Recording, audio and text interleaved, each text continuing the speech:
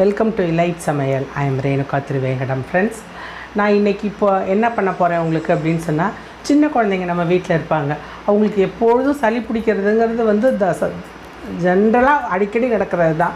So நம்ம சளி பிடிச்சா என்ன பண்ணுறோம், உடனே டாக்டர்கிட்ட போகணும் அப்படின்னு நினைக்கிறோம். ஆனால் அப்படி இல்லை. நம்ம வீட்டில் இருக்கிற செடிகள்லேருந்து பறிக்கிற இலையிலேருந்து சில கஷாயங்கள்லாம் போட்டு கொடுத்தா, அது பெரியவங்களுக்காக இருக்கட்டும் சின்னவங்களுக்காக இருக்கட்டும், சட்டுன்னு குணமாகக்கூடிய நோய் தான் சளிங்கிறது. சாதாரணமாக சளிக்கு என்ன சொல்லுவாங்க, மருந்து சாப்பிட்டா 7 நாள், சாப்பிட்லன்னா 1 வாரம். ஸோ அந்த 7 நாளோ 1 வாரமோ ரெண்டும் ஒன்று தான் இல்லையா? அதனால் அது 7 நாள் இருந்துட்டு தான் அது போகும். ஸோ அப்போது நம்மளால் என்ன முடியுதோ, நம்ம முன்னோர்கள் சொன்ன பாட்டி வைத்தியத்தை பண்ணுறதுனால தப்பே கிடையாது. அண்ட் அது உடம்புக்கு எதுவுமே பண்ணாது, சைடு எஃபெக்ட்ஸ் எதுவுமே இருக்காது. ஸோ இன்றைக்கி அந்த கஷாயத்தை பற்றி தான், சின்ன குழந்தைங்களுக்காக இருந்தாலும் சரி, பெரியவங்களுக்காக இருந்தாலும் சரி, நம்ம என்ன கஷாயம் கொடுக்க போகிறோங்கிறத பற்றி தான் பேச போகிறேன். அது சளி இருமலுக்கு. ஸோ இப்போ நான் இதில் எடுத்திருக்கிற அளவுகள்லாம் ஒரு நார்மலாக ஒரு பெரியவங்க சாப்பிட்ற மாதிரி எடுத்திருக்கேன். நீங்கள் சின்ன குழந்தைங்களுக்கு கொடுக்கணும் அப்படின்னு நினச்சிங்கன்னா, நான் இதில் 4 வெற்றிலை போட்டிருக்கேன்னா, ஒரு குழந்தைக்கு கொடுக்கணுன்னா 1/2 வெற்றிலை, ஒரே ஒரு கற்பூரவள்ளி இலை, 4 இலை துளசி, 2 மிளகு, 4-5 ஜீரகம், அந்த மாதிரி நீங்கள் போட்டு கொடுத்தீங்கன்னா குழந்தைங்களுக்கு போதும். இது பெரியவங்களுக்கு அப்படிங்கிறதுனால கொஞ்சம் அளவு கூட எடுத்திருக்கேன். வாங்க பார்க்கலாம் என்னென்ன இருக்குது அப்படின்னு சொல்லிட்டு.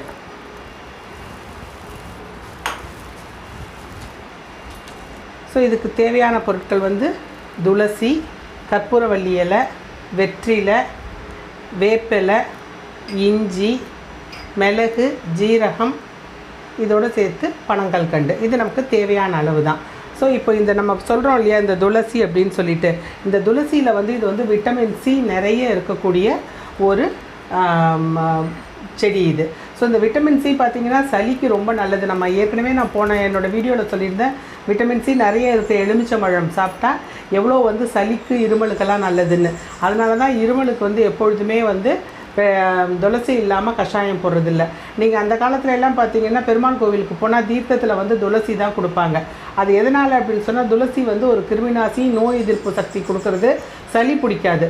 அதனால தான் அந்த காலத்தில் நம்ம முன்னோர்கள் இதெல்லாம் தெரிஞ்சு தான், சாதாரணமாக துளசியை சாப்பிட்டுலாம் நம்ம சாப்பிட மாட்டோம். இதுவே ஒரு தீர்த்தமாக கொடுத்து சாப்பிட்டுன்னு சொன்னால் நம்ம சாப்பிடுவோங்கிறதுனால அவங்க இதை பண்ணியிருக்காங்க. இதில் பார்த்திங்கன்னா, இந்த துளசி சாப்பிட்டிங்கன்னா பூச்சிக்கடிக்கு கூட இது மிகப்பெரிய ஒரு மருந்து. இது சளி பிடிக்காது, ஃபீவர் குறையும், ரெஸ்பிரேட்டரி ப்ராப்ளம்ஸ் ஏதாவது இருந்ததுன்னா அந்த துளசியில் சாப்பிட்டோன்னா நமக்கு சரியாயிடும். ஈவன் தலைவலி, பரு நிறைய இருந்தால் கூட அது சரியாயிடும். அதே மாதிரி ஜிஞ்சர் இருக்குது பார்த்தீங்களா, ஜிஞ்சர் ஒரு ஹை ரிஸ்க் டயபெட்டிக் இருக்கிறவங்களுக்கு கூட ரொம்ப நல்லது இது. அதே மாதிரி பெண்களுக்கு இருக்கிற மாதவிடாய் வலி இருக்கு இல்லையா, அதுக்கு மிகச்சிறந்த நிவாரணம் இந்த துளசி தான். இது ஆன்டி இன்ஃப்ளமேட்டரியாக இருக்கும். ஒரு ஸ்டமக் வயிறு அப்செட் ஆகிடுச்சு, ஒரு உப்புசமாக இருந்தது, செரிக்கலை, நம்ம சாப்பிட்ட உணவு செரிக்கலை, அந்த மாதிரியெல்லாம் இருந்ததுன்னா இது கண்கண்ட மருந்து. அது மாதிரி டைஜஸ்டிவ் ப்ராப்ளம்ஸ், செரிமான கோளாறுகளுக்கு இது மிகச்சிறந்த மருந்து. ஹார்ட் டிசீஸ் ஏதாவது வரதா இருந்தால் இது ப்ரிவெண்ட் பண்ணும். நாசியா, ஒரு வாமிட்டிங் சென்சேஷன், அதுக்கெல்லாம் துளசி மிகச்சிறந்த மருந்து. அதே மாதிரி கொலஸ்ட்ரால் லெவலை குறைக்கிறதுக்கு இது சிறந்த பங்காற்றுது. மறதி நோய் எல்லாம் வராமல் தாக்கிறதுக்கு ஜிஞ்சர் அதிகமாக உதவி செய்யுது. அதே மாதிரி வேப்ப இலைன்னு சொல்கிறோம். நம்ம ஊரில் வேப்ப இலைங்கிறது வீதியில் ஒரு வீட்டுக்கு 4 மரம் இருக்கும் அந்த காலத்தில். இப்போயுமே வீட்டில் எல்லார் வீட்லேயும் மோஸ்ட்லி வேப்ப இருக்கும். இந்த வேப்பிலையோட மருத்துவ குணங்கள் சொல்லியே மாளாதது. இது வேப்ப இலைன்னு பார்த்திங்கன்னா, சாதாரணமாக நமக்கு ஒரு சின்னதாக ஒரு புண்ணு வந்துருச்சு, ஏதோ ஒரு இதுவாக இருந்ததுன்னா என்ன சொல்லுவாங்க, வேப்பிலையை அரைச்சி போட்டு சரியாயிடும். ஒரு வீக்கம் இருந்ததுனாலோ, ஒரு ஆறாத ரணம் இருந்ததுனாலோ வேப்பிலை அரைச்சி போடுன்னு சொல்லுவாங்க. அந்த அளவுக்கு மருத்துவ குணம் கொண்டது இந்த வேப்பிலை. விட்டு வர்ற ஃபீவருக்கு இதை மாதிரி ஒரு சிறந்த மருந்து எதுவுமே இல்லை. அதே மாதிரி குடற்புழு இருக்கு இல்லையா, அதுக்கு இது பெஸ்ட் மெடிசன். சளி, தொண்டைக்கட்டு, ஒரு ஸ்டமக் அப்செட்டாக இருந்ததுன்னா, ஜுரம், எல்லாத்துக்குமே இது மிகச்சிறந்த மருந்து. அதனால தான் இதை anti infectious, anti bacterial, anti வைரல்னு சொல்கிறாங்க. இது பிளட்டை பியூரிஃபை பண்ணுது, சுத்தம் பண்ணுறதுக்கு இது உதவுது. அதே மாதிரி இந்த கற்பூரவல்லின்னு சொல்கிறோம் இல்லையா, இந்த கற்பூரவல்லி இலை, இதோடைய பயனும் ரொம்ப நல்லது. இதுக்கு இது பார்த்திங்கன்னா, சளி இருமலுக்கு சும்மாவே 2 இலையை தினம் காலையிலையும் சாயந்தரமும் சாப்பிட்டோன்னா அவ்வளோ ஒரு ரிலீஃப் கிடைக்கும். மூச்சு திணறலுக்கும் இது மிகச்சிறந்த மருந்து. வயிற்றுப்பொருமல், செரிமான கோளாறு, அது ஒரு வாமிட்டிங் சென்சேஷன் இருக்கிறது, எல்லாத்துக்குமே சளி சம்மந்தப்பட்ட அத்தனைக்கும் மிகச்சிறந்த மருந்து வந்து இந்த கற்பூரவள்ளி. இது வெற்றிலை அப்படின்னு சொல்கிறோம் இல்லையா, இது வந்து நம்ம தமிழ்நாடோட பண்பாட்டில் இது வந்து ஊர்னது. இந்த வெற்றிலை இல்லாமல் எந்த ஒரு நல்ல காரியமும் பண்ணுறதில்ல. அப்படின்னா இதோட மருத்துவ குணங்கள் வந்து எவ்வளோ இருக்கணும். இது வந்து சளிக்கு மிகச்சிறந்த மருந்து, இருமலுக்கு மிகச்சிறந்த மருந்து, செரிமானத்துக்கு வந்து மிகச்சிறந்த மருந்து வந்து வெற்றிலை தான்.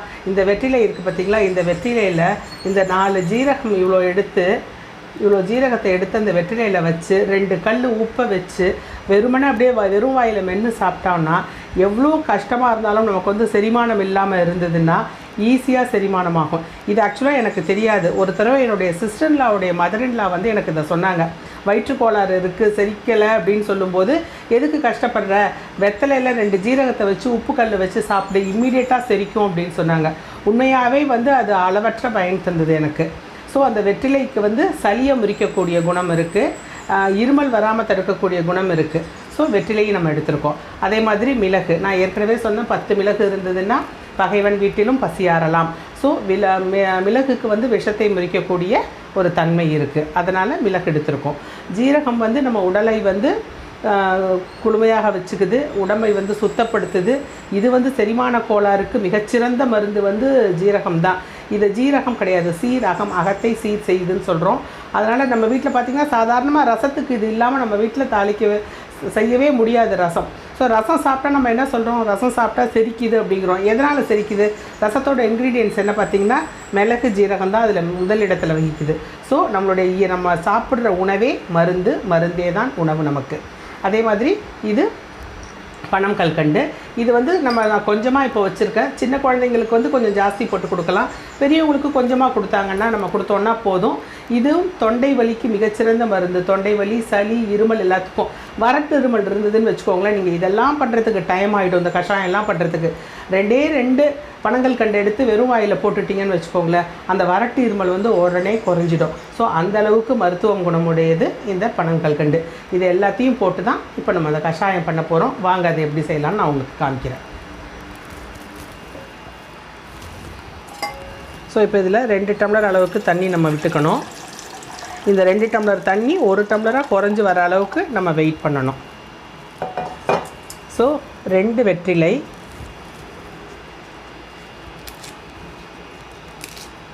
அதை இப்படி கட் பண்ணி போட்டுக்கோங்க. கற்பூரவள்ளி இலை 4, அதையும் சும்மா அப்படி கட் பண்ணிவிட்டு போட்டுக்கோங்க. துளசி,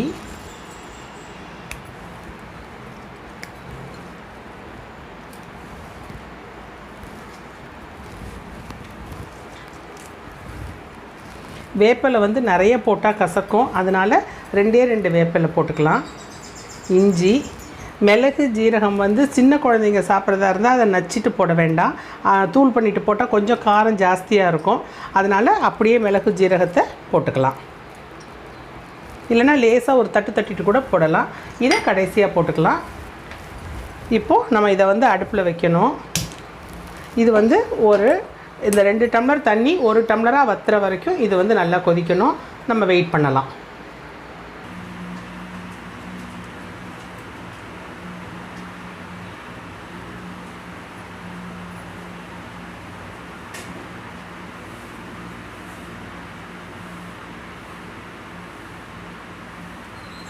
எடுக்காதீங்க.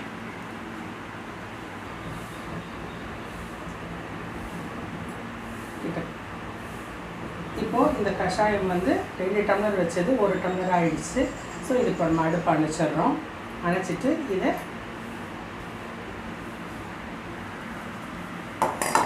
இதை வந்து நம்ம இப்போ வந்து வடிகட்டி உபயோகப்படுத்த வேண்டியது. இந்த கஷாயத்தோட கலர் பார்த்தீங்கன்னா மாறி இருக்கும். இதில் வந்து பனங்கள் கண்டு இருக்கும். நம்ம இப்போது பனங்கள் கண்டு போட்டுக்கலாம். அது கொதிக்கும் போதும் போடலாம், இல்லை இப்போயும் போட்டுக்கலாம். இந்த பனங்கள் கண்டு பிடிக்காதவங்க வெல்லம் போட்டுக்கலாம். வெல்லமும் பிடிக்கல அப்படிங்கிற பட்சத்தில் குழந்தைங்க விரும்பி கேட்டாங்கன்னா சர்க்கரையை போடலாம். ஆனால் சர்க்கரை போடுறத நம்ம அவாய்ட் பண்ணுறது ரொம்ப நல்லது. இப்போது இந்த கஷாயம் வந்து ரெடி ஆயிடுச்சு. இது வந்து சளிக்கு ரொம்ப நல்ல மருந்து. இது எல்லாமே இப்போ இதில் நான் உங்களுக்கு காமிச்சேன் இல்லையா, வெற்றிலை, கற்பூரவள்ளி இலை, துளசி, வேப்பிலை எல்லாமே என் வீட்டு தோட்டத்துலேருந்து நான் எடுத்தது தான். ஸோ இது நம்ம வீட்டில் எல்லார் வீட்லேயுமே இந்த செடி வந்து அவசியமாக வளர்க்கணும். இது மருத்துவ குணமுடைய செடி இல்லையா. ஒரு இலைக்கு நம்ம யார்கிட்டையும் போய் வாங்கிட்டு நிற்கணும், இல்லை கேட்டுட்டு இருக்கணும்னு இல்லை. ஒரு சின்ன பாட்டில், ஒரு சின்ன பானையில் வச்சுருந்தோன்னா கூட நமக்கு இந்த செடியெல்லாம் நல்லா வளர்ந்துடும். அதனால் இந்த செடி வந்து நமக்கு என்றைக்குமே கையில் இருக்கிறது நமக்கு வந்து முன்னெச்சரிக்கையாக நமக்கு ஒரு மருத்துவத்துக்கு ஒரு நல்ல ஒரு உதவி புரியும். ஒரு சளி, இருமல் அப்படின்னா நம்ம ஜஸ்ட் லைக் தட் போய் மாத்திரையை வாங்கி சாப்பிடாம முதல்ல இந்த கஷாயத்தை போட்டு சாப்பிட்டு பார்த்துட்டு ஈவன் குழந்தைங்களுக்கும் கொடுக்கலாம். ரொம்ப சின்ன குழந்தைங்களுக்கு மட்டும் இதை கொடுக்காம கொஞ்சம் பெரிய குழந்தைகளுக்கெல்லாம் தாராளமாக இது வந்து கொடுக்கலாம். அவ்வளோ நல்ல மருந்து இது. இது நம்மளுடைய முன்னோர்கள் சொன்னது தான் இந்த மருந்து எல்லாமே. இது குடிச்சிங்கன்னா சளியே நமக்கு வந்து பிடிக்காது. இது சாதாரணமாக வாரத்தில் 2 நாள் சாப்பிட்டோன்னு வச்சுக்கோங்களேன், சளி நமக்கு பிடிக்கவே பிடிக்காது. இந்த கஷாயத்தை நம்ம அனைவரும் குடித்து பயன்பெறணும். So thank you friends.